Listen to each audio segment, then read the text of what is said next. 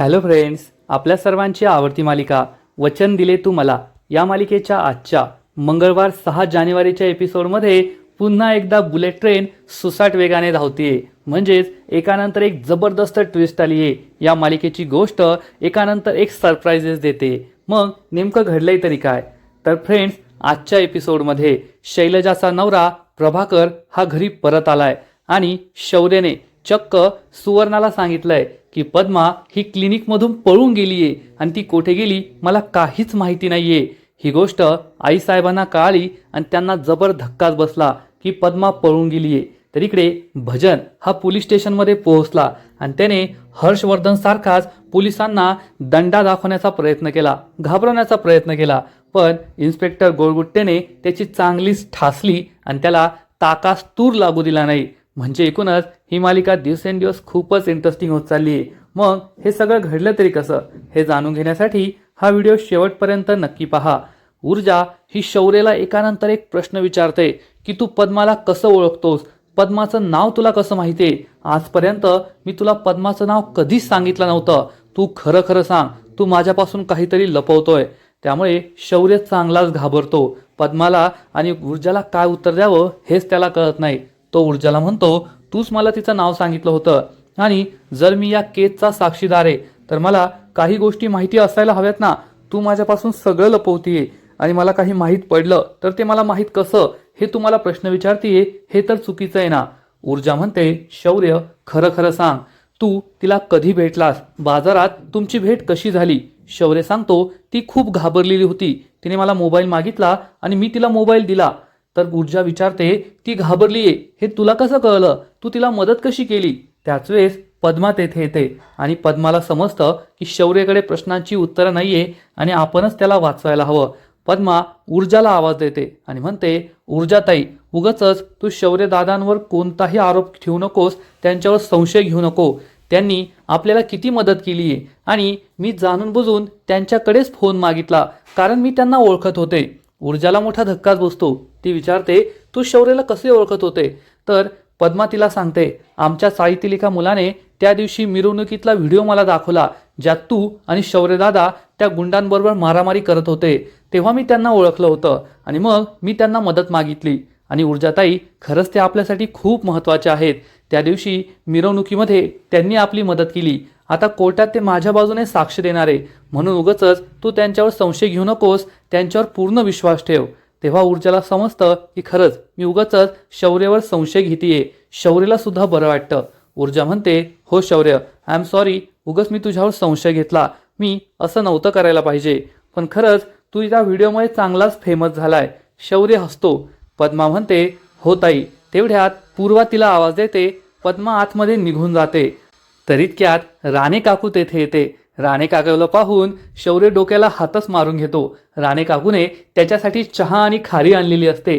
ती शौर्याच्या हातात चहा खारीची प्लेट देते आणि ऊर्जा आणि शौर्याला एकत्र पाहून म्हणते, आहा, मी तुला म्हटले होते ना, तुमच्या दोघांची जोडी एकदम परफेक्ट दिसतीये. आता बिलकुल वेळ घालू नका, दोघे लग्न करून टाका. वेळेत लग्न झालेलं खूप भारी असतं. लग्न झालं की पटकन पोरं जन्माला येतील आणि पोरं जन्माला आली की मग तुम्ही मोकळे. शौर्य आणि ऊर्जा खूप लाजतात. ऊर्जा म्हणते, काकू तुम्ही हे काय बोलताय? तर काकू म्हणते, खरं बोलते मी. आजकालची मुलं लग्नाला उशीर करतात. आम्हाला करिअर करायचंय. करिअरच्या नादात लग्न उशिरा करतात. लग्न उशिरा करतात म्हणून पोरं होत नाही आणि मग करिअर सोडून हॉस्पिटलच्या आणि मंदिराच्या चक्रा मारत बसतात.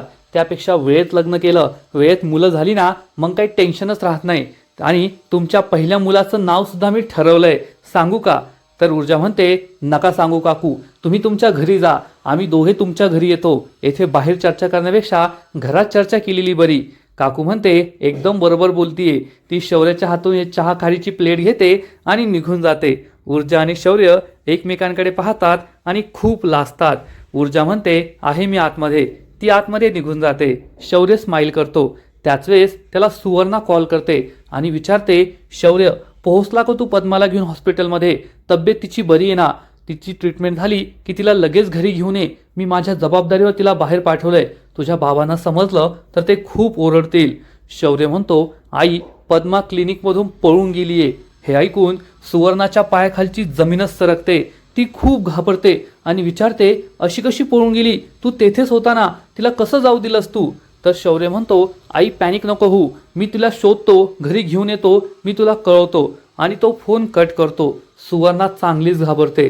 पद्मा पळून गेलीये हे हर्षवर्धनला समजलं तर माझं काही खरं नाही हे त्याला कळतं. तर इकडे पोलीस स्टेशनमध्ये इन्स्पेक्टर गोळगुट्टे विक्रांतच्या सगळ्या मित्रांना स्टेटमेंट घ्यायला पाठवतो. भजन तेथे येतो आणि विचारतो, ओ साहेब, हे काय करताय? तुम्हाला कुणी हक्क दिला माझ्या क्लायंटला असं पकडून ठेवण्याचा, कस्टडीमध्ये ठेवण्याचा?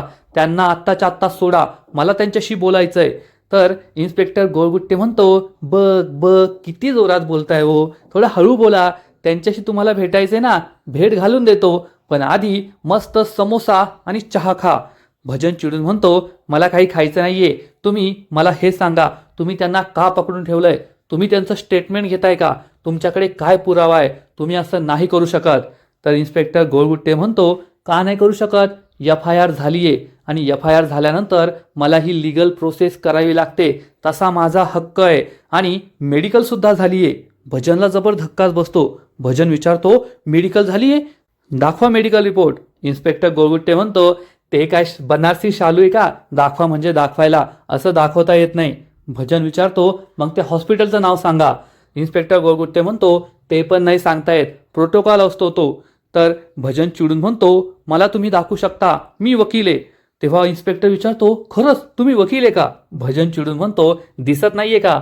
आणि तुम्ही आमच्या बाजूने आहात ना?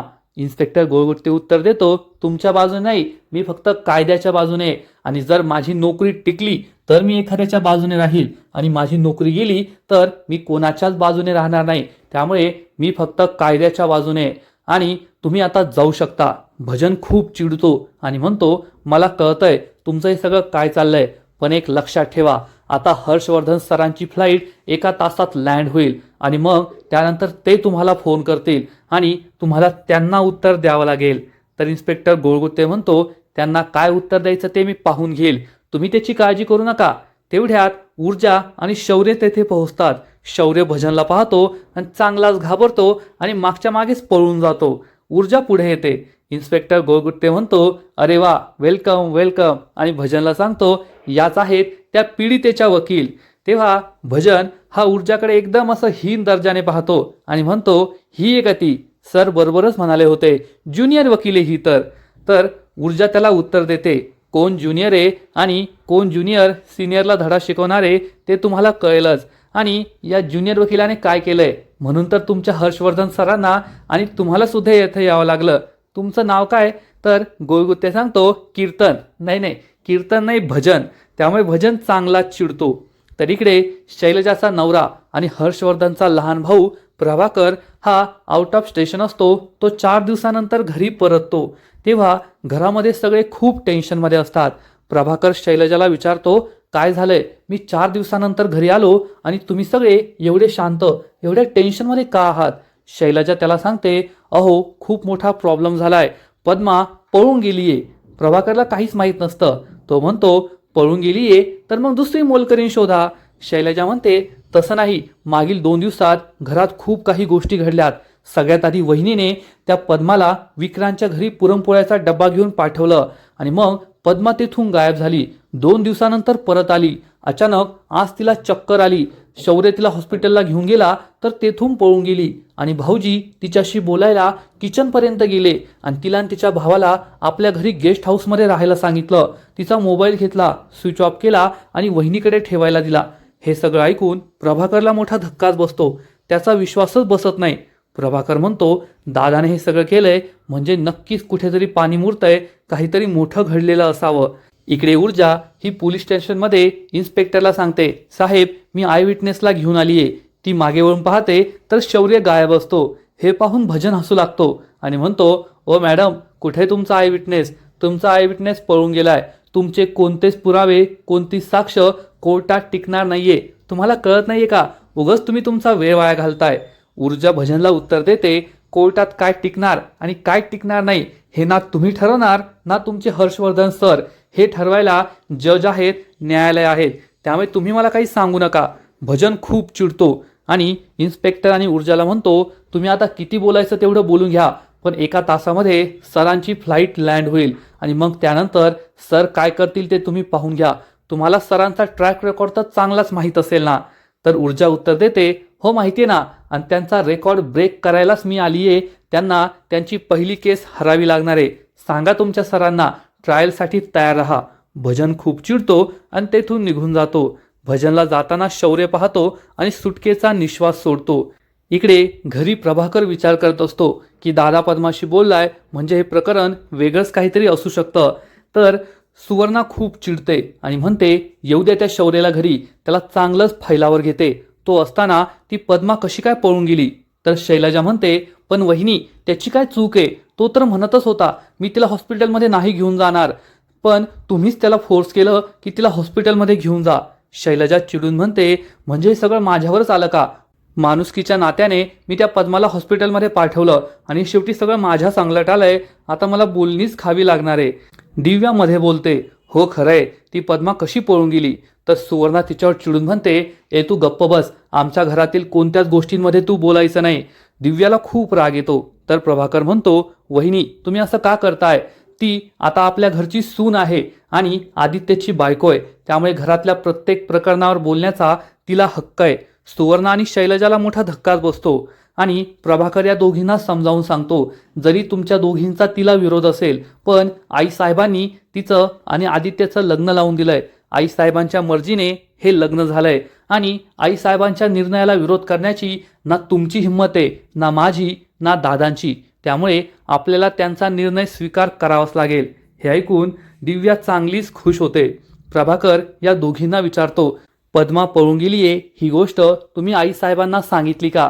तुम्हाला माहिती आहे ना पद्माशिवाय आईसाहेबांचं पान सुद्धा हलत नाही. सुवर्णा आणि शैलजा चांगल्याच घाबरतात की जर आईसाहेबांना ही गोष्ट कळली तर आपलं काही खरं नाही. प्रभाकर म्हणतो जर तुम्ही त्यांना हे सांगितलं नसेल तर तुमचं काही खरं नाही. तुम्ही खूप मोठी चूक करताय. शैलजा आणि सुवर्णा खूप घाबरतात. तर दिव्या विचार करते जरी या दोघींनी नाही सांगितलं तरी मी सांगणार आणि मी सांगितल्यावर या दोघींची चांगली जिरणार. हा विचार करून ती खूप खुश होते.